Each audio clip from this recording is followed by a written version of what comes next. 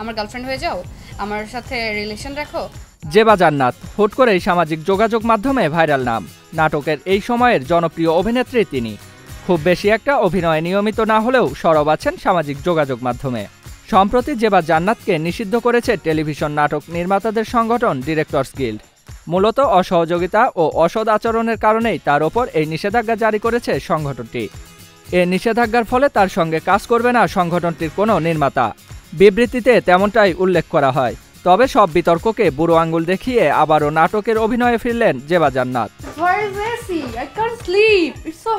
নিষেধাজ্ঞার পর বিষয়টি নিয়ে মুখ খুলেন জেবা। পাল্টা অভিযোগ তুলেন নির্মাতা লাজুক ও তার স্বামী সাজ্জাদ হোসেন দোদুলের বিরুদ্ধে।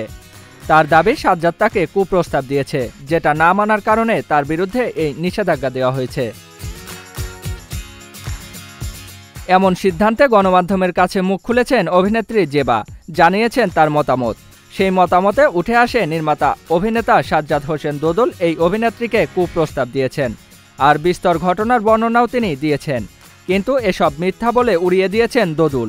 এ নিয়ে চলমান আলোচনার মধ্যেই নিজের ফেসবুক অ্যাকাউন্টে নিয়মিত ভিডিও, ছবি পোস্ট করেছেন। এমনকি এই ঘটনায় একটি স্ট্যাটাসও দিয়েছেন।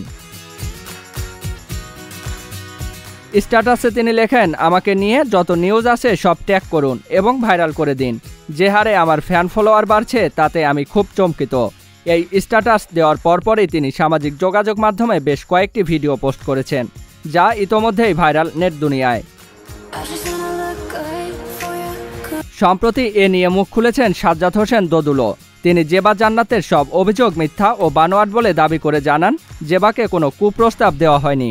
জেবা হয়তো ভাইরাল হতে চাচ্ছে কিংবা তার নিষেধাজ্ঞার গুরুত্ব কমাতে এ ধরনের অভিযোগ করছে। তবে ডিরেক্টরস গিল্ডের এই নিষেধাজ্ঞার যে কোনো ধার ধারেন না সেটাও স্পষ্ট করলেন জেবা। গণমাধ্যমের সঙ্গে আলাপকালে তিনি বলেন, অভিযোগ নিয়ে আমার কোনো ভাষ্য নেই। আমাকে ব্যান্ড করা হয়েছে, আমি নাটকে নিষিদ্ধ, কিন্তু আমি নাটকের শুটিং করছি, নিষিদ্ধ করে কোনো লাভ নেই।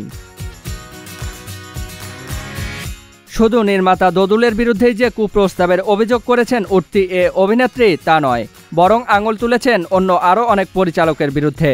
জেবা বলেন, শুধু দোদুলই নয়, অনেক পরিচালক হোটেল রেস্টুরেন্টে ডাকেন তাকে।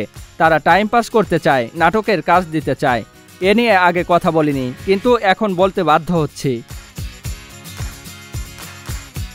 জেবা জান্নাত জয়নাল হাজারীর ফেসবুক টক শোতে প্রথমবার হাজির হয়েছিলেন। এরপর টিকটকে প্রথম নিজের পরিচিতি ছড়িয়েছিলেন। পরে সেখান থেকে নাটকে নাম লেখান। পরে টেলিভিশন নাটকে নিয়মিত হন জেবা। জিয়াউল ইসলাম, মহাজন আইটি।